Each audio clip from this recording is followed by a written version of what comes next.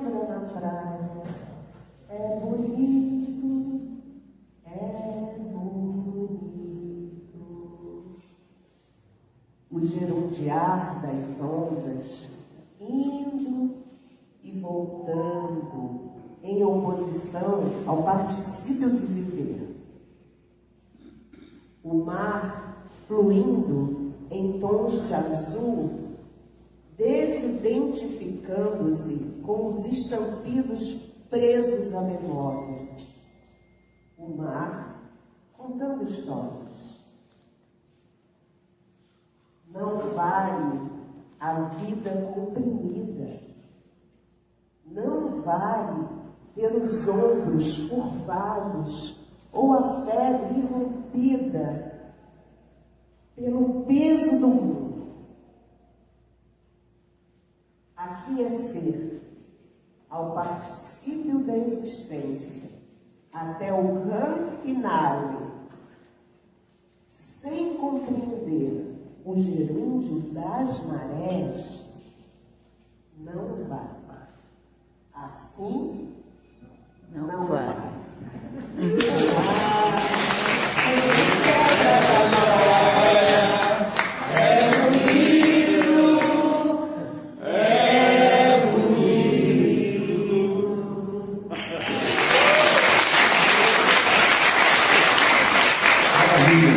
Agora vem outro amor.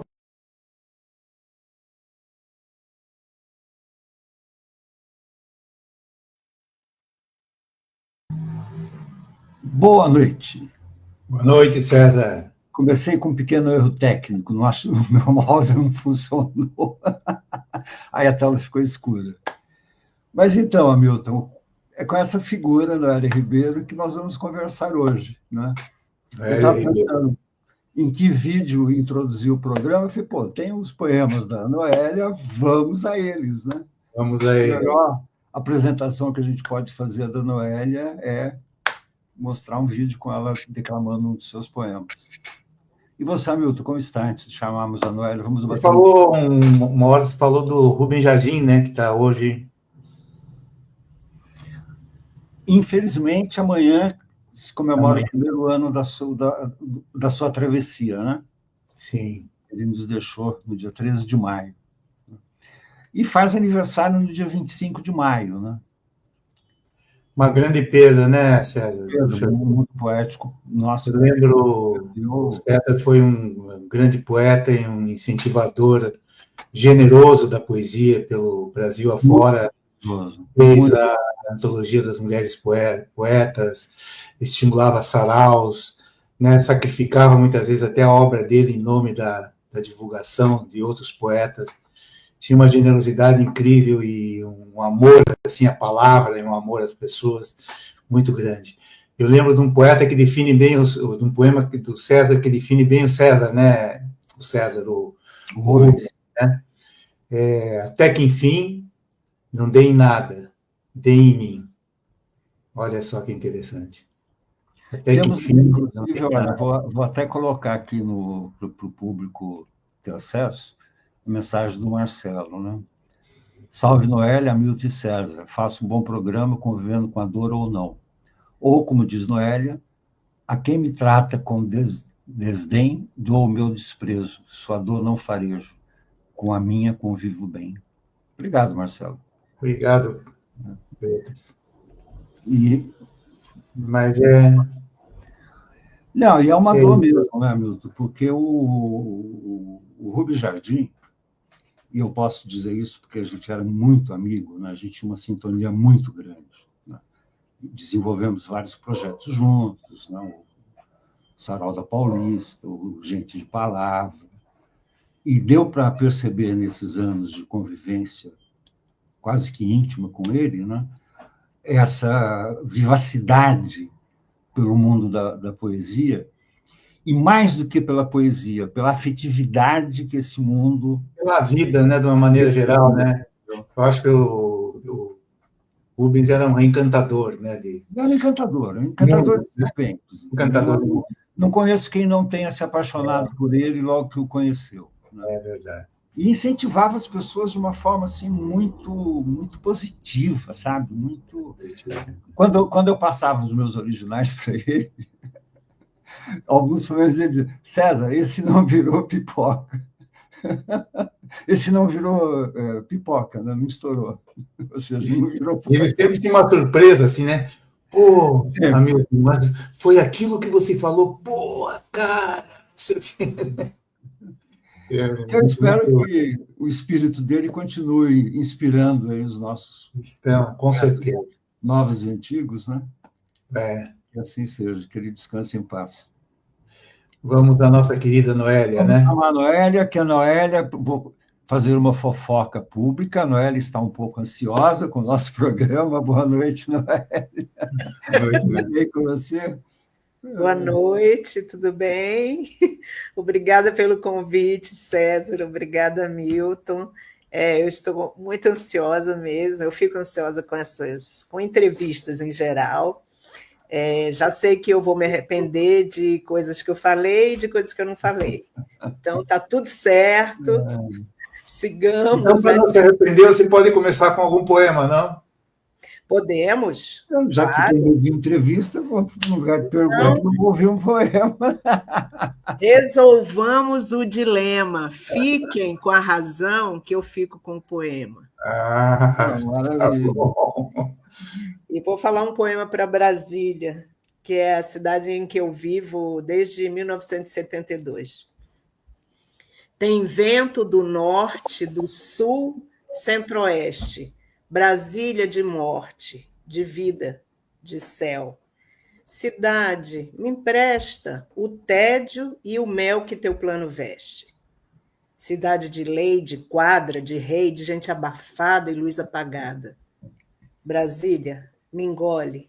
Me dá mais um gole da tua poesia que está no silêncio dos bares de um dia. É isso.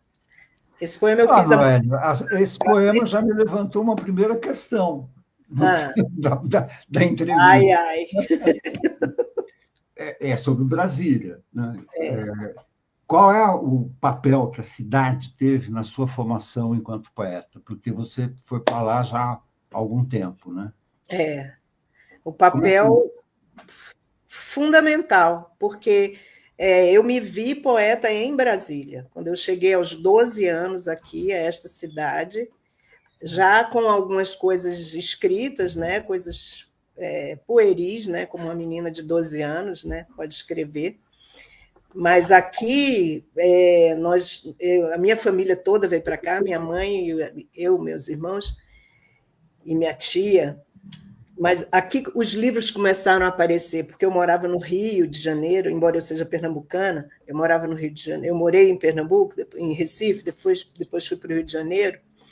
Eu morava num lugar muito pequenininho no Rio de Janeiro, numa kitnet, 5 pessoas numa kitnet. E aqui nós chegamos por transferência da minha mãe, então fomos para um apartamento funcional.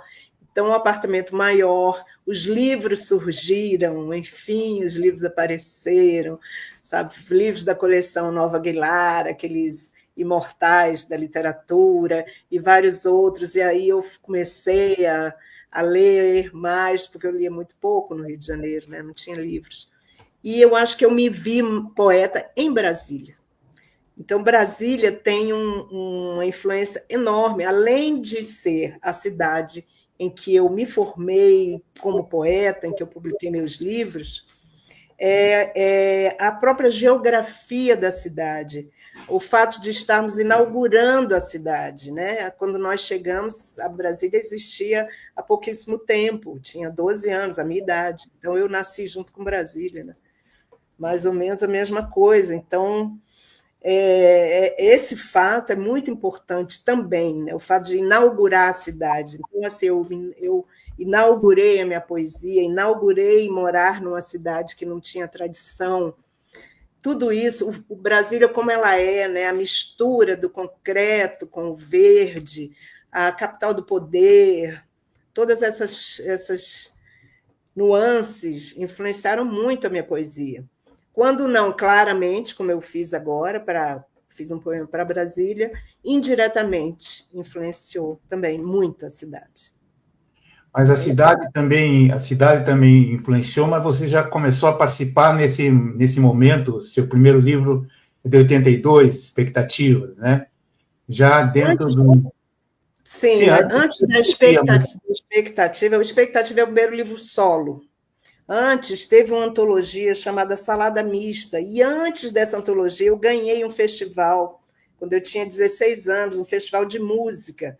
A música era algo muito importante na minha vida. Antes da palavra escrita, a palavra cantada foi avassaladora na minha vida. Então, eu amava música, né? Tanto é que eu compus 2 canções quando eu tinha 9 anos. Em vez de escrever um poema, eu compus 2 canções, música e letra. Então, eu ganhei um festival quando eu tinha 16 anos, no ensino médio, com um poema musicado por um amigo, né? E daí 2 amigos que já eram precursores da geração mimeógrafo, movimento que eu acompanhei muito de perto, me chamou para entrar numa antologia chamada Salada Mista. Então, foi a primeira vez que eu tive meus poemas publicados, que foi em 78, né? É um livrinho mimeógrafo. Geração mimeógrafo, bem da geração mimeógrafo. Bem geração mimeógrafo, prato do dia, aquelas coisas bem humoradas, né? Prato do dia, poesia brasiliense, então, Pobras S.A. E aí, depois disso, em 81, é que realmente eu publiquei o meu primeiro livro também, grampeadinho aqui, Expectativa, que foi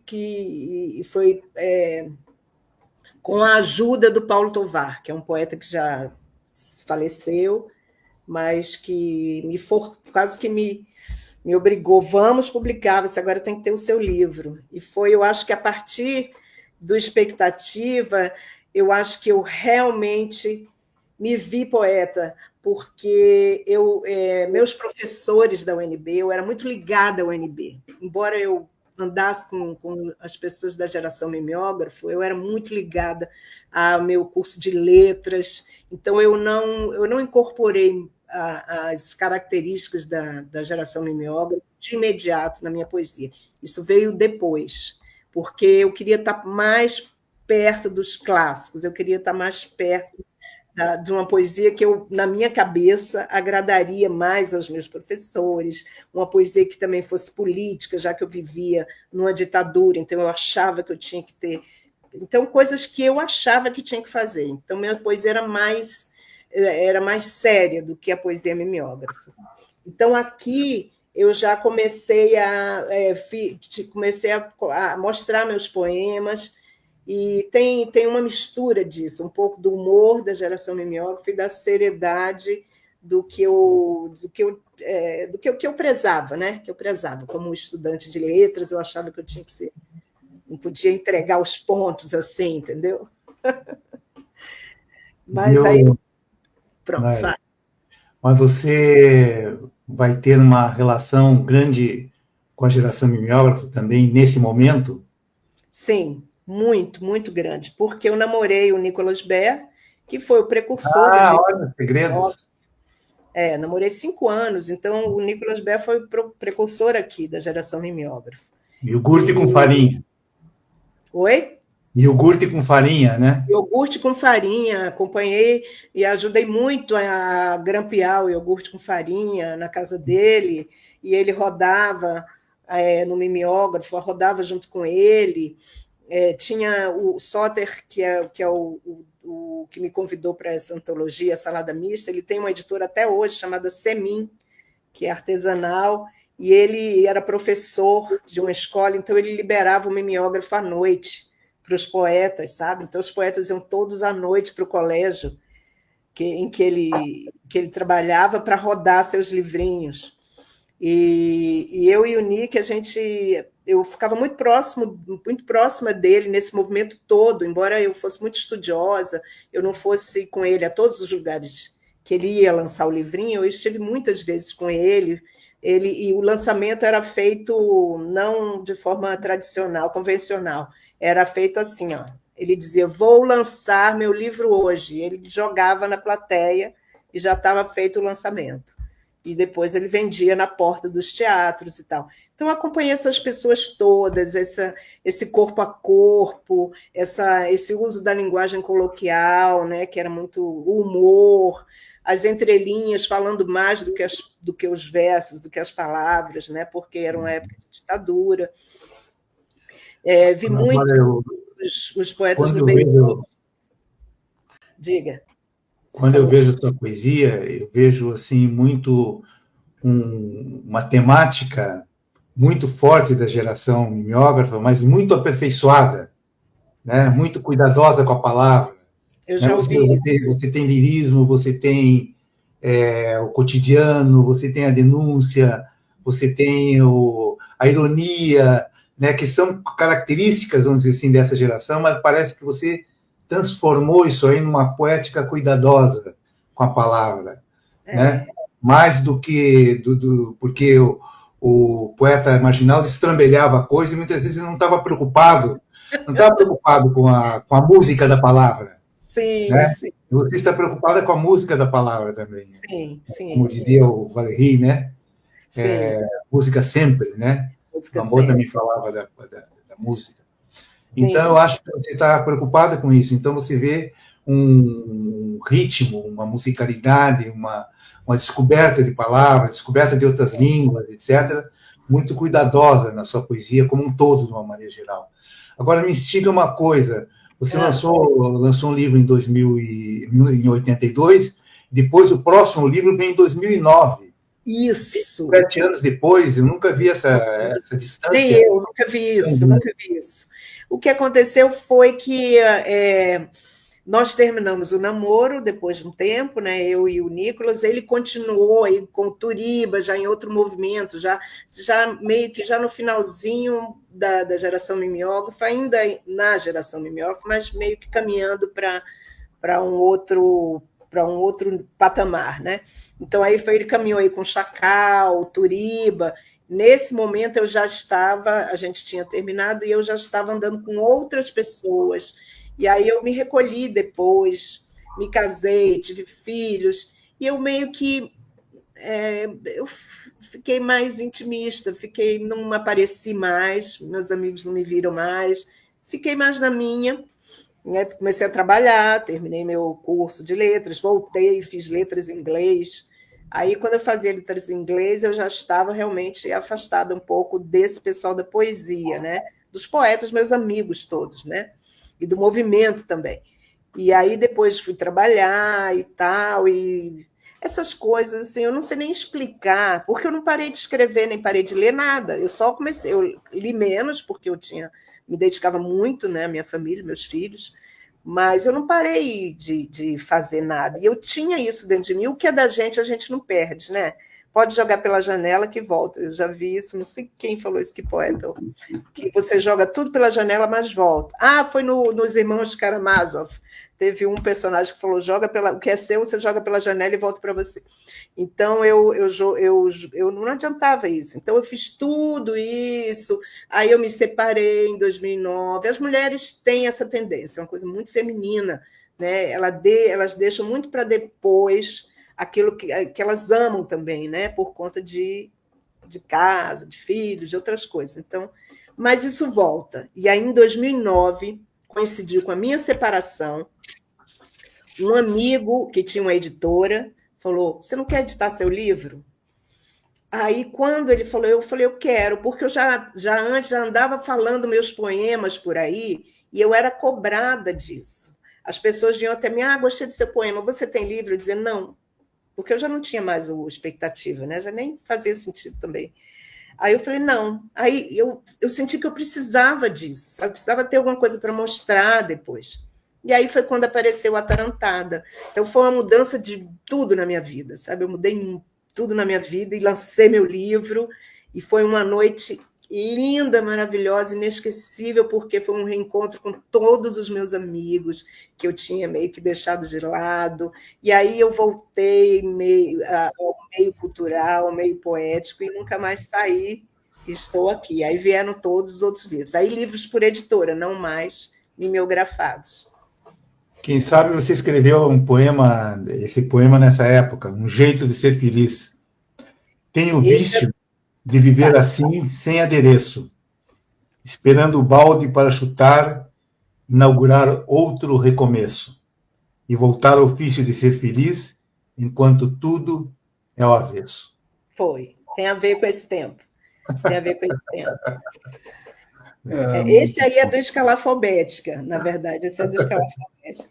Agora, o Atarantado é esse aqui, que em 2009 eu lancei. Essa é uma foto de um amigo, né, que era designer de gráfico e fazia essas coisas no computador. E aí eu peguei essa foto dele, e é absolutamente feminino o livro, né? Só tem letra A. Eu achei isso legal. E Atarantado era um poema que eu tinha escrito há anos atrás. Eu trouxe e coloquei como título do livro. Então, eu vou até ler um poema dele para ilustrar, assim, porque é um livro bem apaixonado. Tem essa fase, a gente tem essa fase de, né, só poema de amor, poemas sensuais também, né? Muitos poemas sensuais. Eu vou ler um que inclusive fala da minha vida familiar. Versatilidade materna. O filho grita, a filha chora, o gato mia, o pai canta. A mãe pede 1 minuto de silêncio para fazer tudo isso ao mesmo tempo. É muito bom. Essa aí era a minha cara. Uma sugestão, vamos chamar a Nara Fontes, que é a convidada da Noélia, para comentar sua obra, para saber a opinião dela a respeito da poesia da Noélia. Fala, Nara. Vamos lá? Não, antes disso, a Noélia faz uma homenagem a Cecília Meirelles, né? Opa, faço. Vocês pediram para eu escolher um poeta, uma poeta que eu quisesse homenagear. Eu escolhi a Cecília, apesar da obviedade, porque eu poderia ter escolhido pessoas, poetas contemporâneos, mas a Cecília, não poderia deixar de escolher a Cecília, porque a Cecília, ela me encantou, ela foi assim, fundamental nesse começo, no meu começo. Não que eu tenha grandes influências da Cecília, mas ela me trouxe um encantamento, porque eu acho a Cecília, ela é a poeta dos 4 elementos, né? Água, ar, fogo e terra. Ela fala sobre todos esses elementos o tempo inteiro. E com uma doçura, uma delicadeza, mas também com muita força. Então, a Cecília, ela é encantadora, muito importante. Eu convidei, inclusive, a Fernandinha, que é a neta dela, para vir aqui, porque a Fernanda é uma militante, né, da poesia da Cecília Meirelles. E aí, eu não vou falar a biografia da Cecília, porque eu acho desnecessário, né? Todo mundo já estudou a Cecília, é uma escorpiana, muito poderosa. O signo eu acho importante dizer. E eu vou ler um poema da Cecília. Aliás, eu quero ler mais de um. Eu vou ler um poema da Cecília, que foi um poema que eu li, por acaso, numa livraria. Esse poema não está na obra completa dela, da Nova Aguilar. É uma coleção da Melhoramentos, que era por volumes. Poesia completa, mas por volumes. E esse poema está no volume 2. Eu, na época, eu era vegetariana. E esse poema me deixou assim... Se eu não fosse vegetariana, eu me tornaria após esse poema.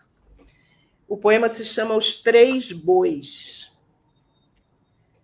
Num domingo de sol, mataram os 3 bois e assaram-nos as postas, fincados em espetos.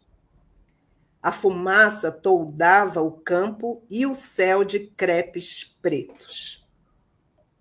Eles eram 3 bois de linhagem hindu, imensos de silêncio e de chifres serenos, com o céu às costas, perdidos nos enredos terrenos.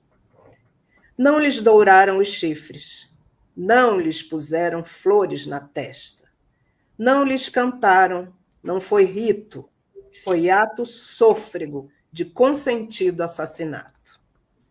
Num domingo de sol, mataram os 3 bois porque era preciso comer, porque era preciso haver festa, porque era preciso ter carne, porque a humanidade é esta. Mataram os 3 bois num domingo de sol. Por entre as árvores, por entre as águas e as borboletas, viram subir seu sangue, desenrolado em fumaças pretas. Os homens estenderam para a carne vorazes mãos, e a terra e o céu, de braço dado e pensativos, miravam os 3 bois mortos e os 200 homens vivos. Eu fico arrepiada, não consigo ler esse poema sem ficar arrepiada. Isso é demais, isso é chocante. Nossa, fico até emocionada. Muito bom. Você não ia ler outro? Quero. O outro é... Eu fiz também uma homenagem à Cecília, não sei se eu vou achar, colocando várias interrogações, porque uma coisa que me marcou muito na Cecília são as interrogações. Ela tem muitas interrogações em suas poesias, principalmente no Viagem, Vaga Música, e um pouco ainda no Mar Absoluto. No Viagem tem mais, mas eu achava incrível ela ter essas interrogações. E eu queria também colocar, eu tinha essa mania, quando eu gostava de um jeito de fazer poesia, eu queria fazer igual. Vou fazer uma poesia assim também, quero fazer também. Aí eu até hoje coloco interrogações nos meus poemas. Então, depois eu vou ler um poema meu que tem uma interrogação, porque tem vários que tem, né?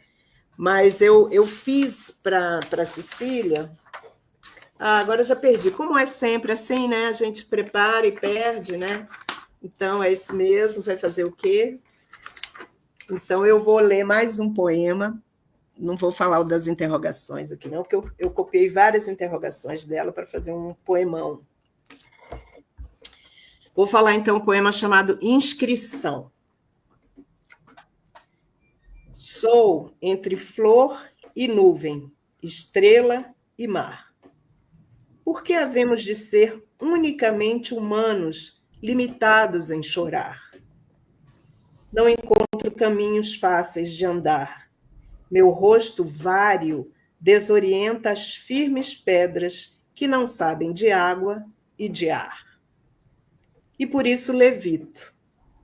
É bom deixar um pouco de ternura e encanto indiferente de herança em cada lugar. Rastro de flor e estrela, nuvem e mar. Meu destino é mais longe e meu passo mais rápido. A sombra é que vai devagar. Que coisa maravilhosa, né? Meu Deus do céu. Gente, Cecília é incrível. Pronto. Aí agora você vai chamar Nara ou eu posso ler o meu poema que tem uma interrogação? Leia. Leia. Esse poema é do Assim Não Vale, que é meu livro lançado em 2022. Vamos aqui. Ele se chama Na Tumba com Bukowski. Esse poema dialoga com um poema do Bukowski que se chama Vá para a Tumba Limpinho. É só procurar. E ele dialoga com esse poema. Charles, ninguém se importa com você. Seu poema não importa.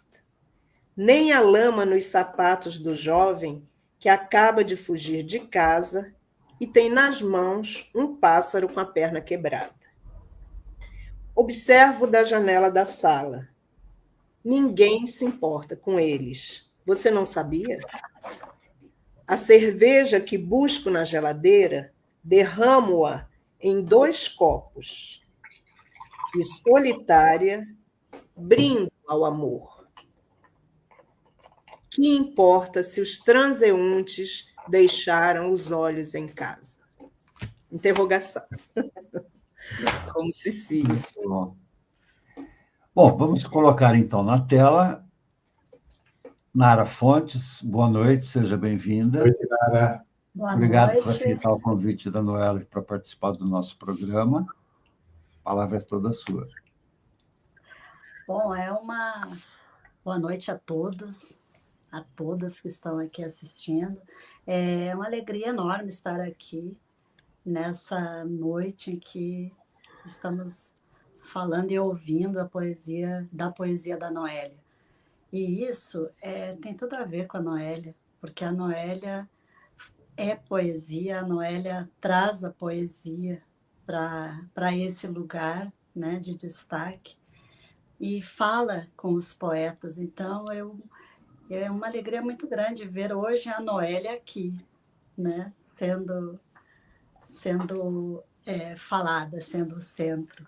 E eu tenho e obrigada, viu, Noélia, por me convidar. Eu sei que você tem muitas pessoas bacanas aí para falar sobre a sua poesia, mas eu quero dizer que a Noélia tem uma importância muito grande, assim, até mesmo na minha decisão pela poesia, por continuar na poesia, sei lá. Porque aqui, quando eu sou gaúcha, né, moro em Brasília há 20 anos, comecei aqui a escrever, a me dedicar à poesia exclusivamente, e eu conheci a Noélia antes de tomar essa decisão, quando eu era uma executiva aqui de uma empresa pública aqui de Brasília, do Brasil, e eu sempre gostei muito de arte, de frequentar os saraus, as tertúlias, e num desses eu vi a Noélia, numa dessas ocasiões eu vi a Noélia declamar um poema chamado Código de Barras, de um livro que é muito especial para mim, que é Atarantada.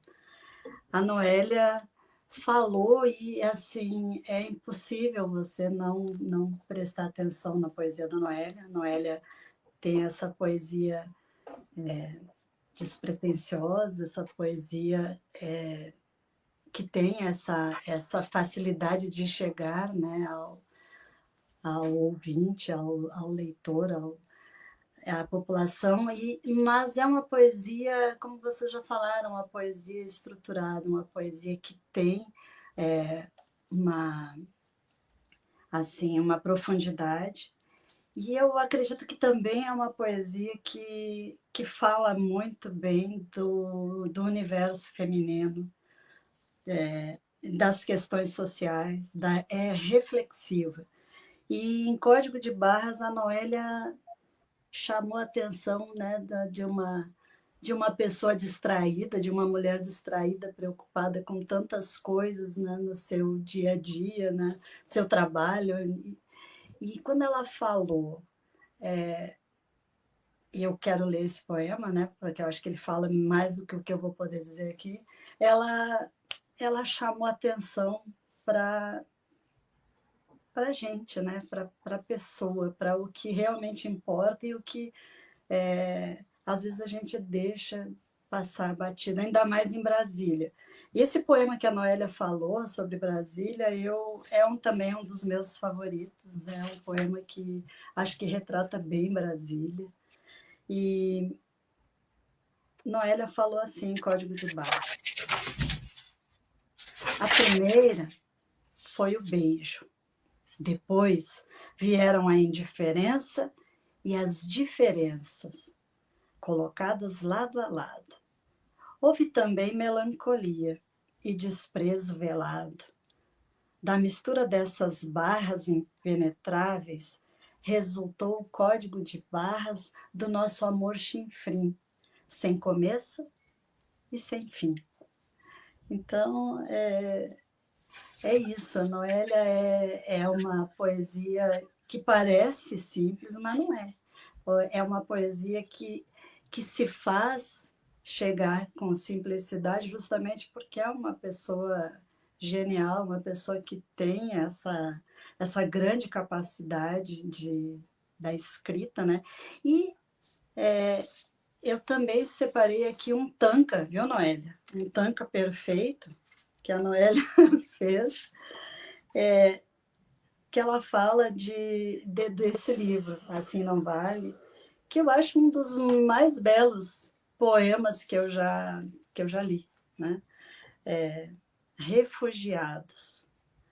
No barco, olhares longínquos silenciam escombros, histórias para contar.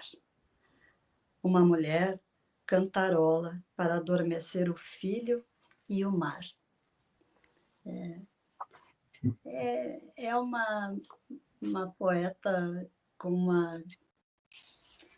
uma capacidade sem tamanho de emocionar e de transitar, né?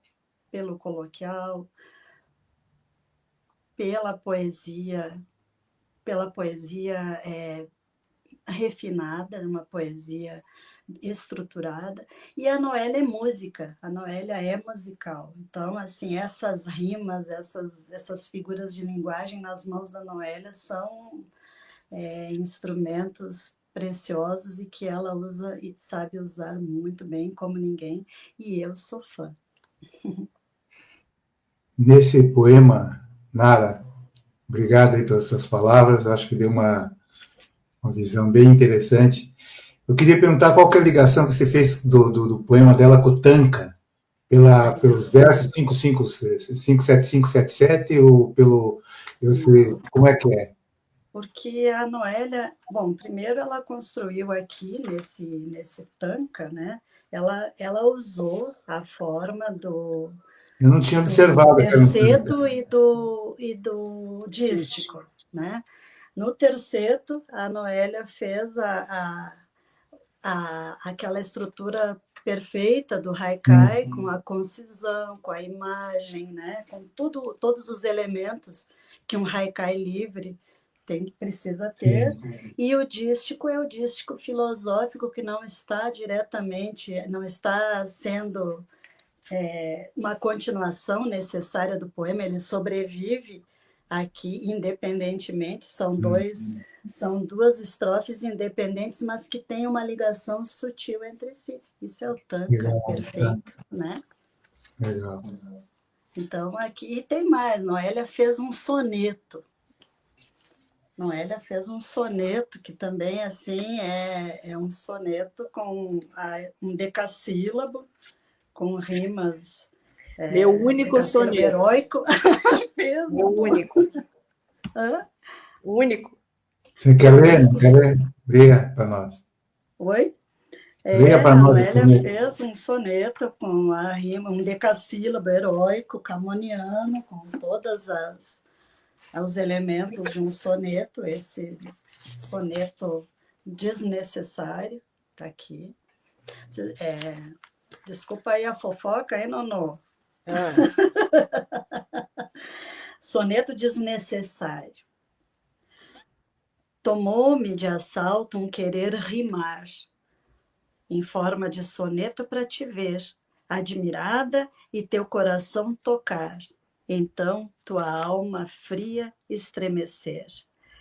Versos virgens que não sabem falar, sobre temas daqueles que ousas ler, tantas vezes até memorizar, para em saraus amigos entreter.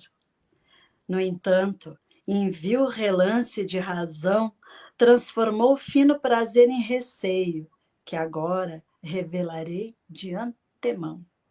De criar rimas num soneto feio, que jamais de teus lábios sairão, ou te suscitarão algum enleio.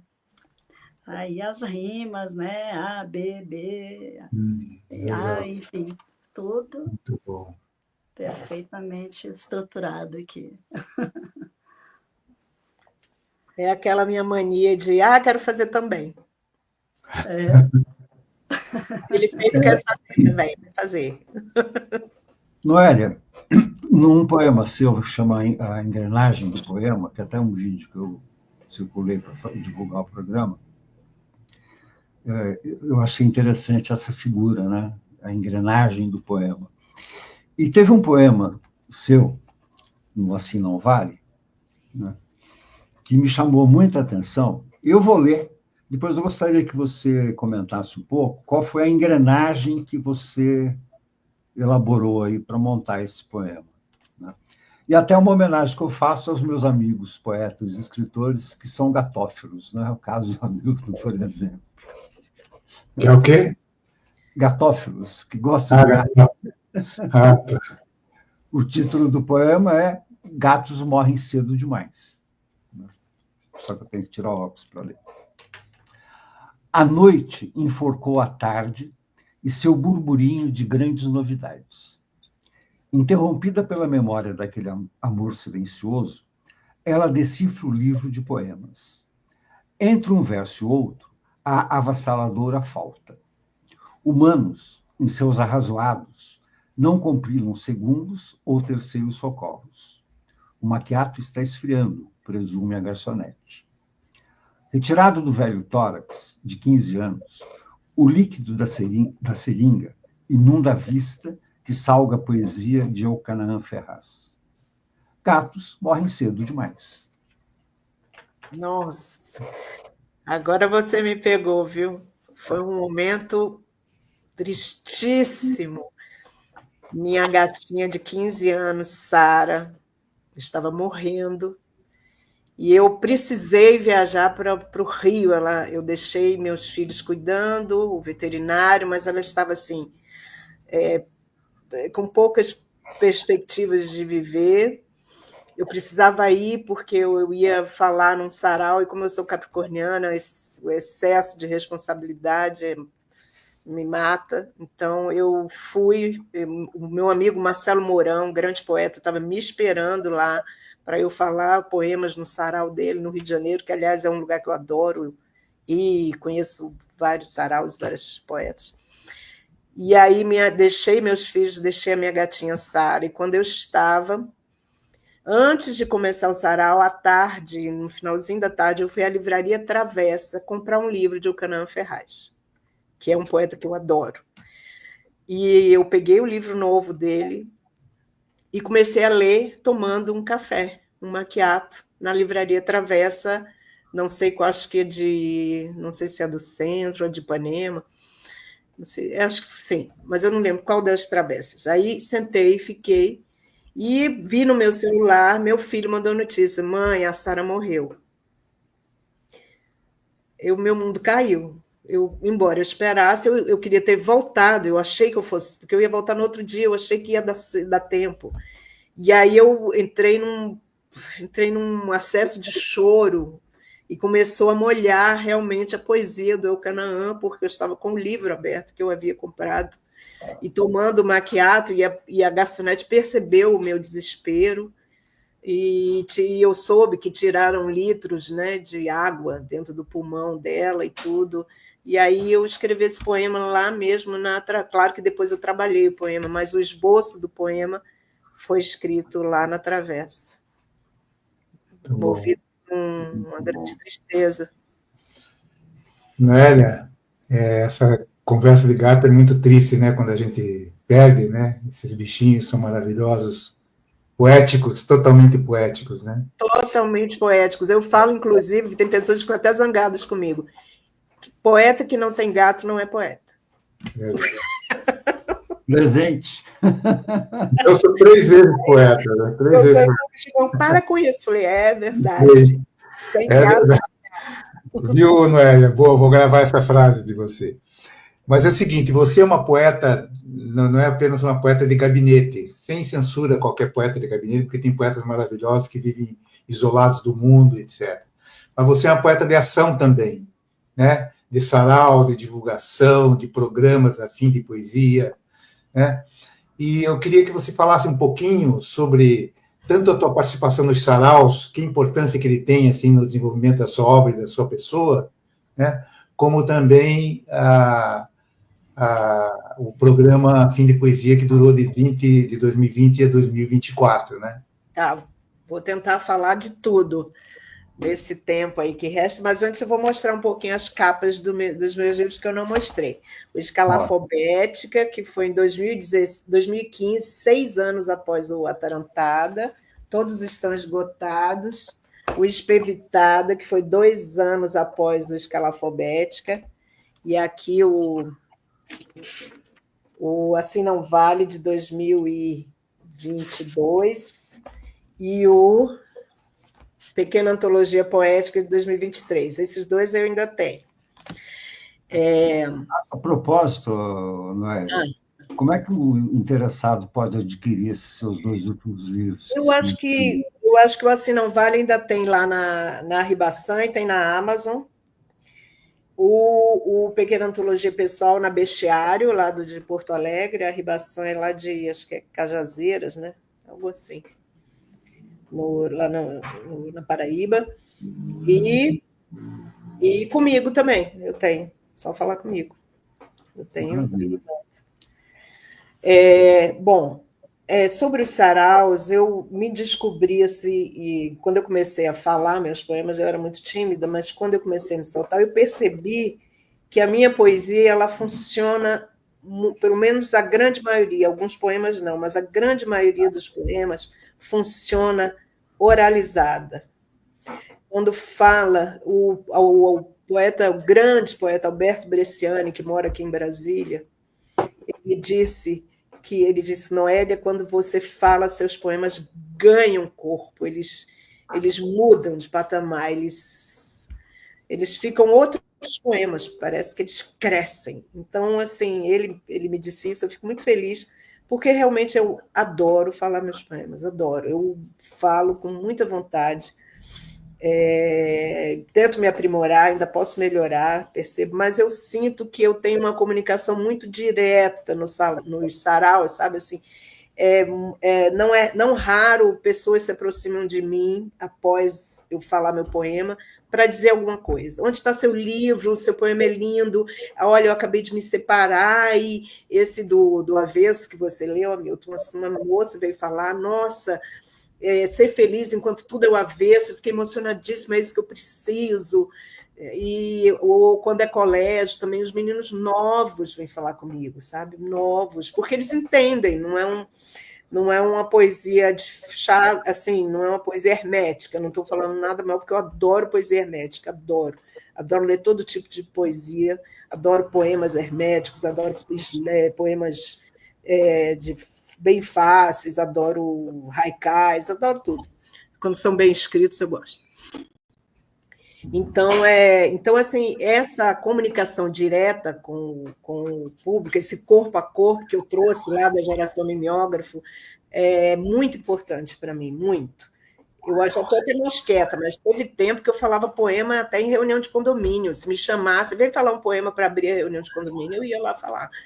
Eu estava em todas, eu viajei o Brasil inteiro, quase inteiro, né? Eu conheço poetas do Brasil inteiro, mas eu viajei a vários estados caçando saraus, eu procurava encontros, bienais, feiras literárias, dizia, olha, eu vou aí, me comunicava com o poeta, eu vou assistir aí, eu gostaria, tem um espaço, tem um momento em que os poetas vão falar, lá ia eu falar, e fui sozinha lá para o Piauí, para Teresina, Rio de Janeiro, cheguei sozinha, sem conhecer ninguém, agora eu conheço todo mundo, fui a São Paulo, fui a Belo Horizonte, fui a Natal também, e acabei conhecendo os poetas, porque eu me metia nas coisas. Fui ao sarau da Paulista, Rubens Jardim, o grande Rubens Jardim, foi assim que eu conheci.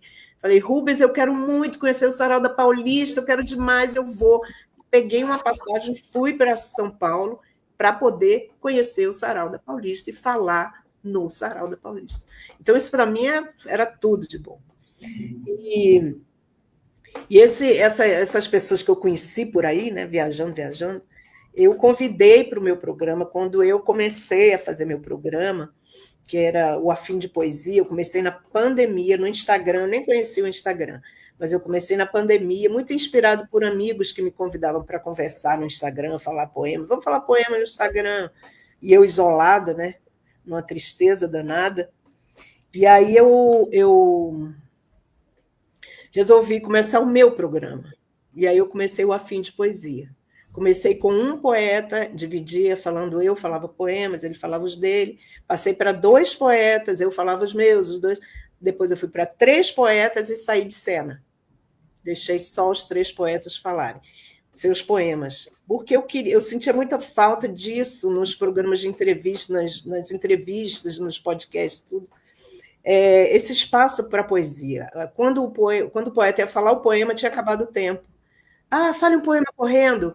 Nossa, eu queria falar poema. Então eu falei, agora o meu programa não tem. Eu não quero saber sua impressão sobre o mundo, não quero saber nada. No máximo, uma mini bio, mini mesmo, e vamos aos poemas. Então, assim, foi uma realização. Porque era uma hora de poema, 3 poetas, toda noite, uma vez por semana. Começou com 2 vezes, mas eu me cansei. Fiquei 3 anos e meio, uma vez por semana, organizando, e jogava o cartaz e fazendo tudo, apresentando. Depois eu não editava, porque eu não sabia editar, completamente artesanal tudo. Tem muitas coisas, tem várias, tem o meu gato, minha gatinha passando, tem de tudo, tudo aconteceu já. Mas, assim, isso me deu um prazer enorme. Eu conheci pessoas de todos os lugares, todas as dicções, correntes identitárias, pessoas que nunca não tinham livro publicado, nunca falaram seus poemas, poetas com síndrome do espectro autista, poetas de todos os jeitos, de todos os, sabe assim, todas as nuances, todas as dicções, sabe? Poeta do Islã, cordel. Nossa, foi maravilhoso. É claro que eu fazia uma seleção, não era assim, você veio para o meu programa. Eu estudava aquilo, eu montava, fazia com que os 3 poetas meio que tivessem alguma relação entre si, sabe? Para ficar harmônico. E muitas amizades nasceram no Afim de Poesia. Conheço vários poetas. Meu amigo fulano, esse amigo ele conheceu no meu programa, porque eles dividiram o programa comigo. Muitas coisas aconteceram a partir do meu programa. Então, foi assim, algo maravilhoso, que e tinha toda uma plateia também, uma audiência, todo mundo já se conhecia, todo mundo se cumprimentando lá, comentando e falando um com o outro, e já estavam esperando, toda terça-feira já esperavam, sabe? Foi muito legal isso, muito legal. Poetas muito bons, o Brasil tem poetas assim extraordinários, gente jovem. É aquela poesia contemporânea, né? Que a poesia contemporânea hoje ela tem um quê de crônica, né? De uma narrativa curta, tem muito enjambemã, isso tudo, mas é a característica hoje. Eu não acho nada ruim, acho tudo ótimo. Eu já vi poetas maravilhosos com essa característica, assim como gosto de poetas bem tradicionais também. Foi isso. Falei bem rápido para não tomar Por que muito. você encerrou o programa, Noélia? Por que você encerrou o programa? Eu encerrei? Não. Pensei que era isso. Não é o canal do proletariado, não sei. Não. Eu encerrei o programa. Porque durou 4 anos só, não deu continuidade. Durou quase 4 anos, porque eu fiquei cansada, já estava esgotada do trabalho todo. E aí eu encerrei com mais alguns encontros falando poemas das pessoas que foram. Foram mais de 200 programas, mais de 400 poetas foram ouvidos. Nossa E Senhora. vocês dois Da foram forma ouvidos. como você fazia. Não, mas fazer uma semana é uma loucura. A gente faz um mês aqui, dá um trabalho. Imagina. E aí, enfrentando, e o Instagram começou a me dar muito trabalho, sabe? O poeta caía, e começou a me cansar um pouco isso, sabe? Assim, eu não estou te ouvindo, aí eu tenho que ficar, peraí, gente, deixa eu resolver. Aí tudo isso foi me cansando um pouco, era muita energia, mas assim, eu ainda penso em voltar, muita gente me pede, tem uma lista de poetas, eu faria por mais 4 anos, tem poeta para mais 4 anos. Mas, assim, eu penso em voltar, mas ainda ainda não estou com toda essa energia, porque eu tinha que entrar em contato, eu passava todas as instruções do programa, eu fazia um encontro antes para a pessoa saber usar, aprender a usar o Instagram quando não sabia. O Anderson Braga Horta agora fez 90 anos, foi ao meu programa, nunca tinha entrado em Instagram, nem pensava, o filho ajudou, eu falei, eu vou à sua casa, se você quiser, eu vou à sua casa te ajudar a fazer isso antes da gente, ele mora aqui em Brasília, então assim, já aconteceu de tudo, já foi todo tipo de gente, maravilhoso. Maravilha. Noélia, uma última pergunta, porque a gente está se aproximando do nosso horário. Ai, já passou! Ainda temos um tempinho. Mas voltando ao Rubens Jardim, você participou, aliás, não participa, né? Nas Mulheres Poetas dele, não foi? Sim, sim, Conta participo. para a gente um pouco essa Olha experiência. aqui, ó. Isso, as mulheres poetas. Rubens Jardim, ele me contactou, ele entrou em contato comigo na época do Atarantada. Você vê que é em 2009, quando eu estava lançando o Atarantada. Tanto é que os poemas que estão aqui não são poemas atuais, né? São poemas da época do Atarantada. Porque eu acabei não mudando, deixei ele colocar os que eu tinha mandado há muito tempo. Porque ele me pediu os poemas e até sair o livro físico foram anos. Ele foi juntando aí, demorou demais, muito tempo. Esse livro acho que é 6 de anos. 21, né? 6 anos. 6 anos. Então, assim, não deu nem para eu trocar os poemas, né? Porque eu colocaria até outros mais recentes. E o Rubens fez um trabalho magnífico de poesia contemporânea, né? Também trouxe poetas bem tradicionais, bem clássicos, né? Teve alguns poetas, assim, algumas... Astrid Cabral, não sei se ele conseguiu, agora não me recordo se ele conseguiu colocar, porque parece que a família, né? Não sei também se a... Ele teve alguns problemas, sim. Ele teve alguns problemas com alguns poetas, né? Isso. Tanto é que morreram, aí ele não conseguiu mais. Mas, assim, a poesia contemporânea está aqui, ela está toda aqui, a poesia contemporânea, toda aqui. Nossa, gente, a beça que eu estou olhando aqui. Então, ele fez esse trabalho magnífico, que é uma amostra mesmo da poesia de mulheres, da poesia contemporânea de mulheres, as mulheres poetas. Grande trabalho do Rubens, e ele é uma pessoa que faz muita falta. Bastante. Antes que eu me esqueça, Hamilton, perdoa, mas eu sou um profissional muito incompetente. Esqueci que eu sou youtuber. E esqueci de convidar o nosso público, aqueles que não são ainda associados ao canal, que se inscrevam no canal, por favor, né? Acione o sininho, porque aí vocês ficam sabendo das nossas produções. A gente publica também vídeos, poemas, não só o canal do Proletariado, né? E é importante participar do canal, porque a simples inscrição no canal ajuda lá essas coisas do mundo digital a se propagar mais rápido, né? E quem ganha com isso é a poesia, a verdade é essa. Por isso que eu sempre insisto, né? Só que eu sou assim, quando eu lembro de fazer isso, eu sempre lembro, né? Normalmente no começo, hoje foi no final do programa. Mas agradeço de qualquer maneira a participação de vocês que estão nos assistindo hoje. E, claro, agradeço também a Noélia e a Nara por brilhantar. Mas a Noélia podia concluir o programa com um poema, né? Sim. Com certeza. Dá tempo, né? Dá tempo.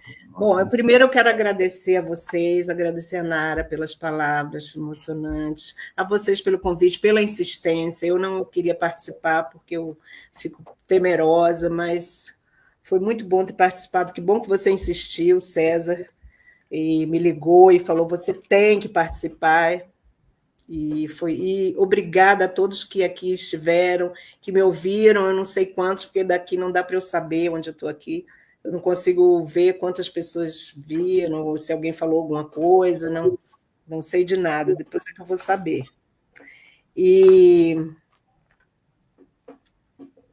Ai, que bom. Ai, que bacana. Ai, Marisa, querida, foi o meu programa também. Eu fico assim contando, eu ando por aí o poeta fala, eu falo, foi o meu programa. Então, agora o meu critério é assim, não foi o meu programa, foi o meu programa. Eu tenho um critério de contagem, sabe? Eu vou falar a engrenagem do poema, porque você citou a engrenagem do poema, César, e é um poema que ganhou destaque na Flip 2024, ainda não está publicado em livro meu, né? Só no livro da Flip, vai entrar no próximo livro, e ele foi dedicado a um poeta que foi ao meu programa, chamado Eleazar Carrias. Ele lançou um livro chamado Máquina, e eu fiquei encantada pelo livro. Vocês vão ver o que tem a ver aqui no poema. E ele mora numa cidade do Pará chamada Breu Branco, que eu achei bárbaro esse nome também. Como é que um breu pode ser branco? Meio. E gostei desse breu branco, né? Essa literação aí, adorei. Então, eu fiz esse poema para o Eli. Está travando um pouquinho. O poeta operador de máquinas mora na cidade... O poeta operador de máquinas mora na casa de paredes de breu branco. O poeta operador de máquinas acorda cedo para trocar fusíveis na cabeça. O poeta operador de máquinas deambula com um torniquete no braço e um torquato na mão. O poeta operador de máquinas, ainda que ao menos uma vez, aciona a engrenagem da palavra súbita. Um poeta, avesso a máquinas, atira o quase poema de alta tensão pela janela e fecha a cortina blackout. Recomenda-se desligar o disjuntor das sinapses. Muito bom, Muito bom. muito bom. Se o mundo girasse em sentido horário, eu teria feito tudo ao contrário. Noélia Ribeiro. É isso mesmo, porque o mundo gira em sentido anti-horário, sabia? E se ele girasse em sentido horário, eu tinha feito. Eu tenho um poema também que eu queria falar, um pequenininho, chamado Pressa, que tem que prestar muita atenção, porque é bem pequenininho. Pressa. Do poema que eu fiz sobre sua falta de tempo, ele só leu o título. Legal. Muito bom. É isso. Excelente. Dramático. Gente, muito obrigado. Foi uma honra e um prazer participar dessa conversa. Muito legal. Mas, por favor, não desistam ainda, porque eu tenho uma surpresa no final do programa. Alguém mais quer dizer alguma coisa? Não. Só agradecer também a presença da Nara, da Noélia, desse programa aqui. Muito bom. E a Noélia deslanchou seus poemas aí maravilhosamente bem. Poderia só falar poemas que ia ficar bem tranquilo, né? Ficou bem tranquilo. Muito bom. Obrigada, César. Obrigada, Milton. Obrigada, Noélia. Maravilha. E o que eu vou apresentar agora é um convite para vocês todos, inclusive a Milton, Noélia e Nara, a andarilharem pelo mundo. Tá bom? Então, vamos andarilhar. Todas as manhãs, viajo a lugares desconhecidos, secretamente meus. Busco tesouros escondidos. Não os acho. Uma pepita aqui, outra ali. E sei que existe o veio. Cascalho novamente. Assim passam-se dias laboriosos. Pequenas faíscas acendem um candeeiro tímido. Depois apagam. Um céu brumoso se veste. Continuo a andarilhar. Frágil passo tropeça em estrelas dos caminhos. Um velho em que a alma desabita o corpo. E assim passam-se os dias. O verbo expande horizontes. E a cada palavra dita nasce um outro ser dentro. Lagarto em metamorfose. Galga escadas estrelas. Menino tropeçando no sono das palavras. Busco diamantes em meio a cascalhos tristes. Carbonos desolados, nuvens de ilusão. Na solitude sem pontes. E lá está oculto e vivo. O que procuro. Longe e perto. Aqui e longínquo. Atrás de todos os sonos, sóis e vozes.